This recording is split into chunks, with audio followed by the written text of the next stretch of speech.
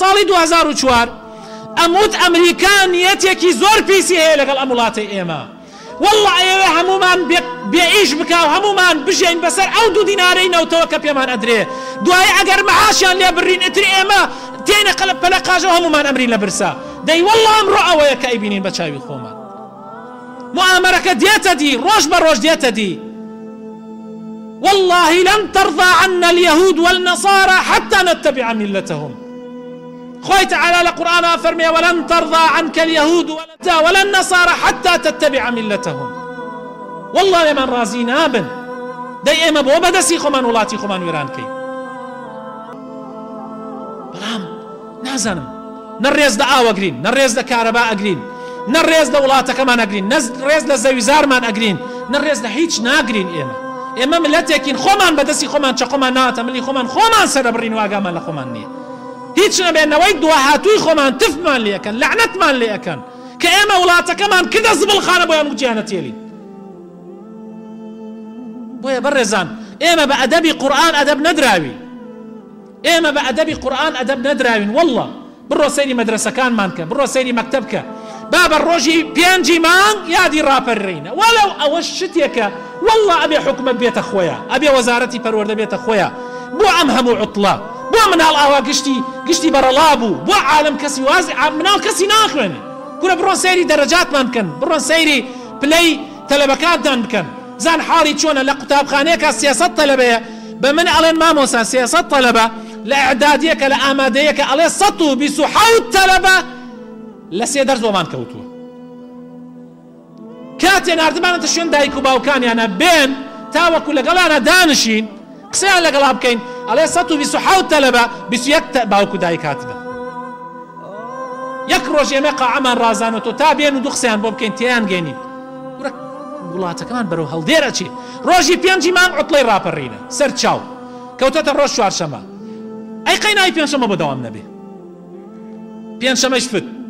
ئەی باشە ڕۆژی جمعەوە خۆی هەر ڕۆیە، ڕۆژی شەممە و یەکشەمە و دووشەمەش زانکۆکان گشتی هاتنەتەوە، پەیمانگەکان گشتی هاتنەتەوە، هەتا وەکو 23 و 24 ئەو مانگەکەی تر دەوام نییە. ئەمە وڵاتە؟ ئەی ئەمە سەربڕینی خۆ نییە بەدەستی خۆ؟ ئەمە کەی ئەدەبی قورئانە ئێمە هەمانە؟ ئەمە کەی ئیسلامەتیە ئێمە ماڵ و مناڵی خۆمان فێرەکەین؟ ئاوا خوێندن کراوە. من هەفتەی پێشوباشی شێخ عەبدولقادری گەیلانی بۆ کردم، دایکی تەنها مناڵێکی هەیە، جگەرگۆشەیەکی هەیە، یەتیم بۆی ماوەتەوە، ئەی نێرێت لە وڵاتێکەوە لە ئێرانەوە لە گەیلانەوە، ئەی نێرێت بۆ بەخا هەرچی پارە و سەروەتی باوکی هەیە ئەیدا پێ یعنی بە تەمای نییە مناڵەتر بێتەوە. خەڵک ئاوا مناڵ پەروەردە ئەکا، خەڵک ئاوا جاران ئیسلام وا بوو، جاران ئیسلام بۆیە کافر لێمانە ترسا، بۆیە پێغەمبەر فەرمێ صلی الله عليه وسلم یەکێک لەو شتە تایبەتیانەی کە خوا بە پێغەمبەر داوێتی هەر کەسێ ناوی هەر کافرێ ناوی پێغەمبەر ببیسێ بە مانگەڕێ لە پێغەمبەر ئەترسێ، کافر لێ ئەترسا. لەبەرەوەی ئیسلام ئەوەنە جدیات بوو، ئیسلام ئەمەندە شتەکانی مەزبوط بوو. ئیسلام کە ئەدوت ئیسلام تەواوی تر یعنی ضبط یعنی ڕەبط یعنی تەنظیم یعنی ئیشەکانی ڕێک و پێک یعنی لە پێناوی خوایە ئامادەیە هەموو شتێک خۆی بگرێتەوە بۆ خوا. بەس ئیسە وایە، ئیسە بڕۆ سەیری ئەوروپا و وڵاتانی غەرب بکە، دنیا گەیشتە بان مانگ بۆ مەریخە چێ، عالم کۆمپیوتەر دروستەکە، عالم ئەنتەرنێت دروستەکە، عالم ئەنواع ئەشکال دروستەکە. ئێمەش گەنجەکانمان هەر خەریکی خەو و خواردن و تۆپانن، هیچتر نەما، تەواو علم نەما، زانست نەما. بەڕاستی ئەمە گەورەترین موامەرەیە لە وڵاتە ئێمە ئەکرێ، بەدەستی خۆمان ئێمە خۆمان تەنفیزیەکەین. نابێ ئێمە هەر بڵێن وەڵی ئەوان کردیان پێمان، ئێمە بەدەستی خۆمان ئەیکەین، ئێمە منەفذین. کابرایە پێت بڵێ بڵە فڵان کەس بکوژە، کاتێ تۆ ڕۆی ئەیکوژی ئەو کاتە کێ تاوانبارە؟ ئەو کابرایە تاوانبارە، ڕاستە ئەو تاوانبارە وتی بڕۆ بیکوژە، بەس کێ تاوانباری سەرەکیە؟ ئەو کەسەی کە ئەڕوا فیشەکەکەی پێوە ئەنا، ئەیتوانی پێوە نەنا.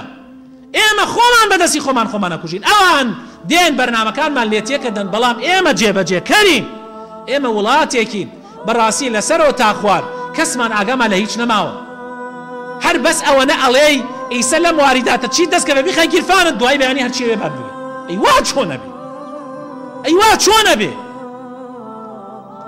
ئەی داهاتوو، ئەی مستەقبەلی ئەم وڵاتە، ئەی مستەقبەلی نەوەکانی ترمان ئێمە دیعای سەربەخۆییمان نەکرد ئێمە دیعایەوەمان نەکرد بەیانی دەوڵەتێک هەمومان من مناڵێ بووم ئەیمان خستە سەر ئەو ڕێگا باوک و باپیرانمان کە بەیانی کورد دەبێ بە دەوڵەت کە بەیانی وڵاتی سەربەخۆی خۆمان هەیە ئاوا وڵاتی سەربەخۆ ئەبەینە سەر ئاوا کە بەرگەی 30 ڕۆژ معاش ناگرین ئاوا حکومەتداری ئەکرێ ئاوا وڵاتە برێتە ڕێوە ئاوا گەنج پێ ئەگەێنرێ ناکرێ ئاوا بەخوا وا نابێ وەڵڵا وا نابێ ئەبێ لە سەرۆ تا خوار لە دایک لە باوک لە مەسئول لە هەمووی بێتە خۆیە ئەبێ مراجعەی خۆمان بکەین کاکە نابێ ئاوا نابێ ئاوا ئەگەر وا بڕۆین مەسیرمان زۆر خراپە بێ ئەگەر وا بڕۆین ئەو هەموو ئاواتەی کە چەنەها ساڵە ئێمە باو باپیرانمان لەسەری عیدام کرا لەسەری کوژرا ئەو هەموو ئەنفالەماندا ئەو هەموو کیمیایی کراوە سەرمانە ئەو هەموو کوژرا و شەهیدە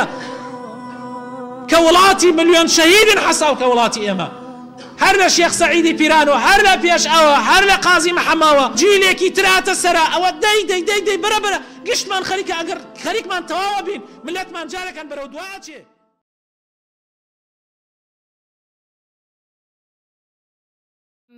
ألم تر كيف ضرب الله مثلا كلمة طيبة كشجرة